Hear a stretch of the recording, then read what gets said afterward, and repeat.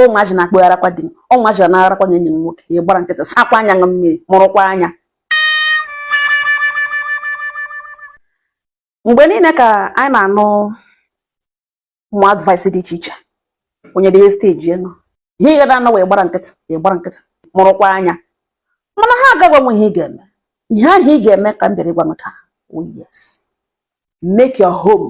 what it is called home ebe ọ na-awa gbarịcha for the day alọta enwe peace of mind ebe ọ na-awa ọsọ chụwa mmadụ ya agbashi ike ka ọ lawa n'ụlọ ya ebe ọ na-awụ dị mkpa gbarịcha for the day stress cha ya lọta n'ụlọ ya ya ekuda enwe efe oyi ya yisha every ya free onwe ya make himself at home dị ya gara bata ọwụ na ọ lọtara late ga-eji chai nna m welcome ọ ihe nye na-enwe ihe na-ekpe oyi odi m welcome ọ sweetheart welcome nna m ịlọtakwara late onwe ihe mere na moto mebiri ọwụ na nweta ya gwazi m ọwa ada moment ọ gasị nne m ara dịla emecha ma agwa ọtọ ọrụ m ogbe ike gwụrụ m respect that moment gị sị ngwa na ị ga-asa mmiri ọkụ hit nọkwa ngwa gị mekere mmiri ọkụ available ọsọ mmiri oyi gị ya ga-asa mmiri oyi by then a na-ekwu destin ịhụ na ọlọta bụ ọlọla late gị nwa emechara ihe na-eme ụmụaka alakpụ ule the next thing you should do gị ọwa ahụ kpachashaji haji na-ekwesịghị nọ some places gbaa ya roll on you freshen up yiri akwa dị neat na-eshi ndụ ndụ gị ga brush eze because after dinner you freshen your breath gị ga brush on apply ya some powder or whatever ụmụ ga-enye mmadụ issue gị smell nice dị n'ọbata once gbasara aka hotel si ya welcome breeze shingo na ahụ aka amụgodi ya si ya welcome ọwụ na na welcome uche shingo na ahụ asị ya welcome ya sị ha sweetheart at that moment ya gọrọ nọ ọ gafee kpam gị gụrụ ụzọ gushie gị nata ya akpa ozugbo na-adịrị nhazị gị ịkọ ya aka n'otelekwa ịkọ ya aka ike ha na-akọta ya aka no matter how strong na-akọta ya aka steady gị ịkọta ya aka kpam gị sị ya you kept me missing you ya chia ya gasawakwa ahụ sacha ọ bụ iri na tebụl gị buru oche ndokete ogodo na iri ele gị matara ya aka ma ọ ga-esi ya don't worry eat ihe na-eri nri anyị ya ericha akarịcha mgbe ya okuda enwezi ihe ọ gabiga ọchị kọrọ ya ka ọ chọkwara asị na ma ọkwa hụdọpụ nwekwa ha mmụọchọ hụdọpụ believe him nga ahụ na-akọcha ha hụdọpụ oge agala ya alọta ikekwe mgbe ozugbo ọ na-asị ka ọ nọrọ n'elu couch ụra abụrụ ya fon ya dapịa n'aka were fon akwụ ya n'ọkụ don go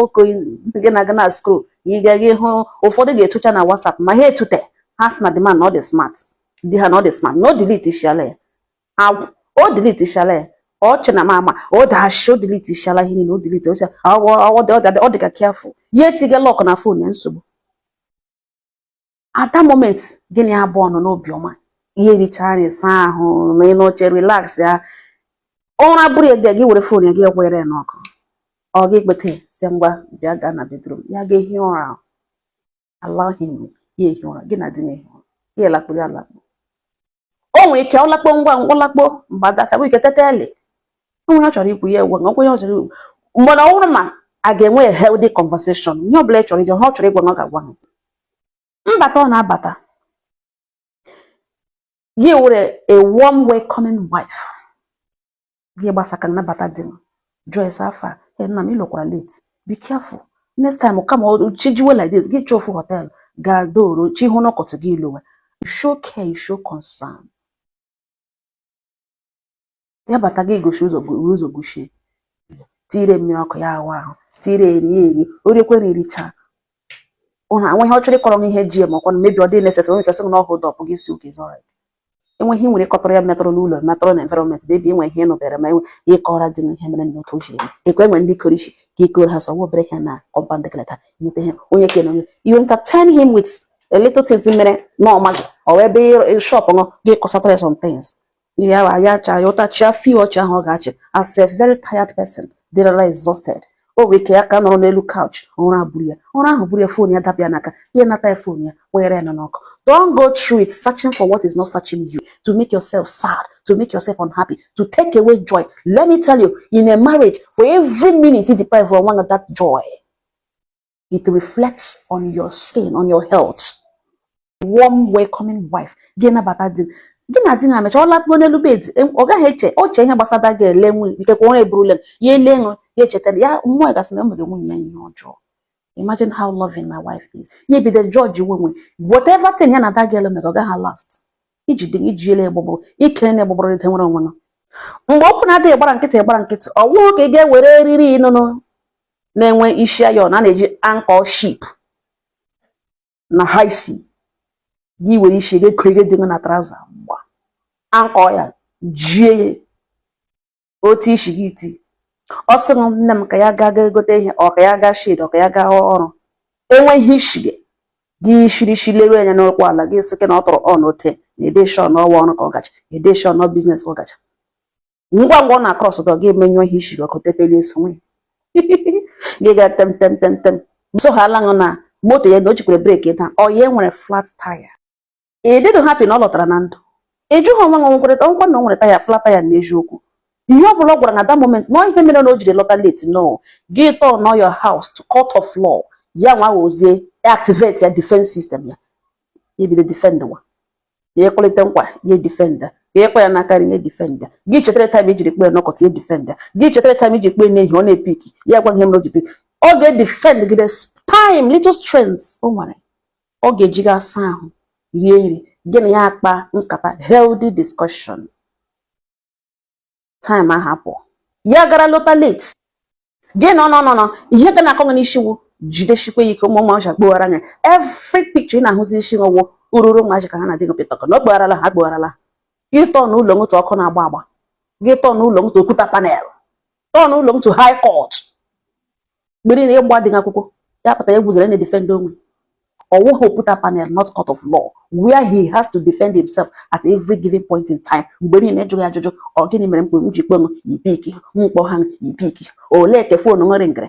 foonu betara m n'ihu dị m gị mee expect na ọ ga-epiki gịnị mere opiki onye kpọga nụ ya wụrụ meseji bịa tantara gị mee expect ka ọgụ ya gụpụtara ya asụ nwa ya ọtọdụla nwụgata agụ ya gụpụtara ya ma ọgụkwa na n'ime ọgụpụta ya gị jọs onye onye ahụ gị chọrọ ịmata ihe meseji kaka every minute you place surveillance on him ị chọrọ ịma ihe ọ na-eme ebe ọ na-aga ebe ọ na-abịa somebody has said hold your husband jikwe ya nwa acha nara mana ọgwa ngote dị na ị ga-eche jide dị no gị tọọ n'ụlọ moto ebe nke ọgara mgba defense system eme every time eme activate ya na defend onwe gị na defend onwe eme ofu ihe na-enwechi a ga-akpaga isiokwu mgbe ụfọdụ abaga malis ụfọdụ husband ọ na-egbute m na ha di na nwanyị ga-anọ n'ụlọ ha ga-atụpụrụ nwa ha ọnụ ke nwoke chi iji nwunye ya oji ya sị junior ga-agwa mmanụ ke nwaanyị chi iji nwunye na di ya ehi ya sị junior ga-agwa mpa gị si ya n'ebe ụmụaka ọ na-aghọzi emedo mee onye njiri oji make your home a peaceful home. Make it what it is called, home, where every person in that house has to feel comfortable and at home. Mgbe ụfọdụ gị begị sị dị ike ọ na-akpa mgbe ị lụrụ dị ịma how active kwakịrịkwa ya ogiri ya obili otu na ụnụ ọ na-ahụ ala ngote ịga kichin dị nga ngọbuliele na ụnụ na-eme na kichin ụnụ na-eme na bedroom ụnụ na-eme na bedroom madam ihe ịkọga akụkọ ya was somebody you met in his early or late 30s. Now this person is his early 40 to late 40s. Libido ya ga-ebido gbadawa ọtọ ọrụ mbụ ọnwụ ọtọ ga-adị. Don't judge him. Now because of ona gobulie he no watch bulie no ibe ala na bed ele ngole bed ya gobulie gị no le bed ogwanga unu ebide unu so ebe niile gbugbu ana ihe ndị ahụ akwụchichana meaning that o nwere one side chick ya na ya abụọ gaga ọ ga exhaust chi onwe ya elozie nga no enwezi ihe m nwere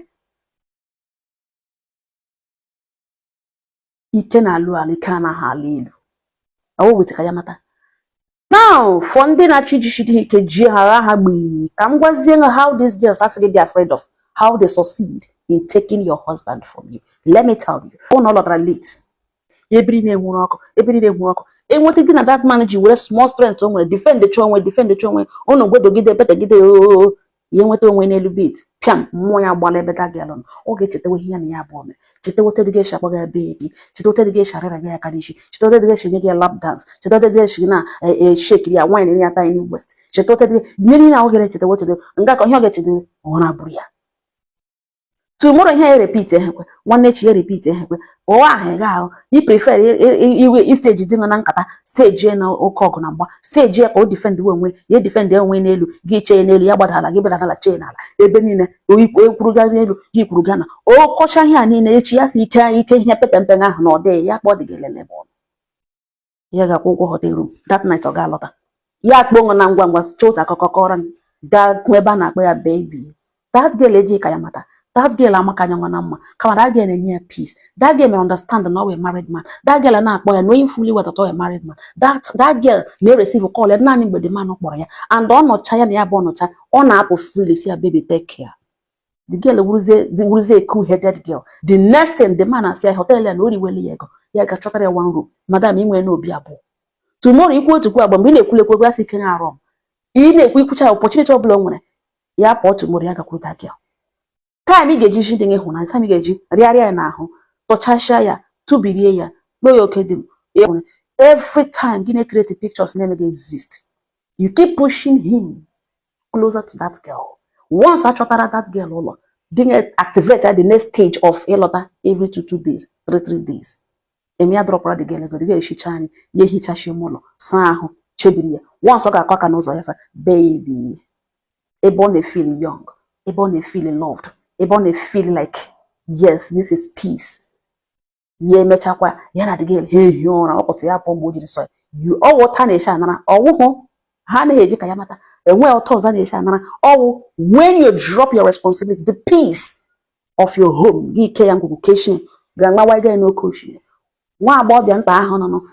bido ekpewa dị baby nye peace of mind, ye exchange that situation with you, ye bido mewe ihe kwesịrị ime when you are busy making your home very hot for everybody. A young girl is busy somewhere giving him peace of mind in that little apartment ọ chọtara ya. Nwa ọtọ ọzọ na-eshi enweghị etiri shuga n'ọnụ ya agbọpụ ya. Ihe nọ n'ime ya marriage gị werụkwana ka nwoke ikekwe nwunye gị na-eme ihe niile na m gwara gị ugbu ọhụrụ n'anya ọ na-anabata gị onwe ejighị egwu gị hụtazie nwunye gị na weak, there is always a weak woman. Gị hụtazie na ịhụnanya o nwere for you nwunye gị nwekwara time ahụ na ọ chọọ ifata Chineke just nye gị that woman na checkmate ma nwee time. Therefore enwezi ihe na-eme nwunye gị ụmụ ije ọjọọ na-aga ị gaghị ekwaere onwe gị ugwu, ị gaghị anọ gị judge onwe gị ile onwe gị sị lebe m shi na-eme nwunye m. You work on yourself, you stay away from things ịma na nwunye gị mee ị gaghị like ya. You on your own you decide to return this love one ya na-eji gị. You compare some things before ya dị too late. Gị hapụ ifili na nwaanyị a nwunye gị ihe nga m si ya nọrọ nga ọ na-anọrọ nwunye m ogwukwulikwere n'okwu nwunye m nwekwara time. You start taking undue advantage of that love and care. Oga, you are fighting your marriage. Things change when love is no longer there. You see entirely different person. So ụmụnne m dịka nwaanyị mgbe a na-asị m jide shi dị ike, this is how to hold your husband. You start by making sure that there is peace in your home. Don't exchange your responsibility. Automatically, you go wajaka nguru ọgwụ ka ya mata. Genye one girl somewhere, say jide shi dị ike. And any other ways to hold your husband apart from showing love and stop looking for what is not looking for you. Because our judges in there, or then your partner, ebono ije marriage defa, ebono ga defa. Talk was you be. Also got the near a peace of mind. Hold his hands. Sometimes when you show them too much love, return that pet and return that love. Or one nanny working a pet, why pet your husband. Pet ya may God happy. Onye na-ama ihe akụkọ ka si joke nwa ike nwoke ken ma ihe ọbụla ọ na-eme gwabe nwunye biko nwa naanị nwa ike ma ebe ọ gara gwuru. But naanị nwa you know your strategy ma ihe mere. Biko don't be deceived. Onye m sị ma bịa gwa ọnụ taa udo dịrị ọnụ.